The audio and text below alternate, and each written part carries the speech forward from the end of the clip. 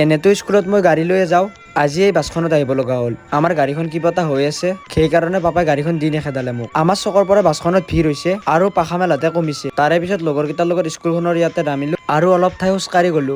School ছুটি হোৱাৰ পিছত মই আৰু ভিডিঅ' নবনালো। গধূলি মই এই ৰূপটো ধৰিছো, কাৰণ ভাগিন আহিছে আমাৰ ঘৰত। ভাগিনে যিটো উৎপাত কৰে তাৰ লগতে ময়ো সৰু চলি হৈ যাওঁ, কাৰণ ফূৰ্তিটো মেইন গাইছ। আৰু মই ভাগিনৰ লগত যুঁজি বহুত বেছি ভাল পাওঁ। সিও বেটাই কম নহয়, কিন্তু মোৰ লগত যুঁজিব আহি থাকে। ই দেখছে না বাৰে বাৰে যুঁজিব আহি থাকে মোৰ লগত। বগা হ'ব লাগিব না গাইছ, অলপ বগা দেখা গৈছে না বাৰু যাওক। মাৰ লগত চকত আহিছিলো, ফুচকাৰ দোকানখন দেখিলো। ফুচকা আৰু নোখোৱাকে যাব পাৰি নেকি? পানী পুৰি বুলি আৰু কি ক'ব, ফুচকা বুলি ক'লো আৰু। তাৰে পিছত ফাৰ্মাচীৰ পৰা কিবা অকণমান নিব আছিল, মায়ে আনিব গৈছে আৰু মই ৰাস্তাত ৰখি আছো। মাক মই ক'লো মই ইমান টাইম ৰখি আছো, মই এতিয়া চিকেন নোখোৱাকে নাযাওঁ। ঠিক সেইদৰে চিকেনটো লৈ ললো আৰু আমাৰ বাইদেউ এটা ৰেচিপি বনাইছে। মই আৰু ডাইৰেক্ট খাব গ'লো, হাতখনে পুৰিল। আৰু বহুত কেইদিনমান আগৰে পৰা মই ভাবি আছিলো এটা মাইক আনা, মানে অৰ্ডাৰ দিম বুলি দিবাই পৰা নাছিলো। মেইন কথা হৈছে মই বিচৰাই নাছিলো।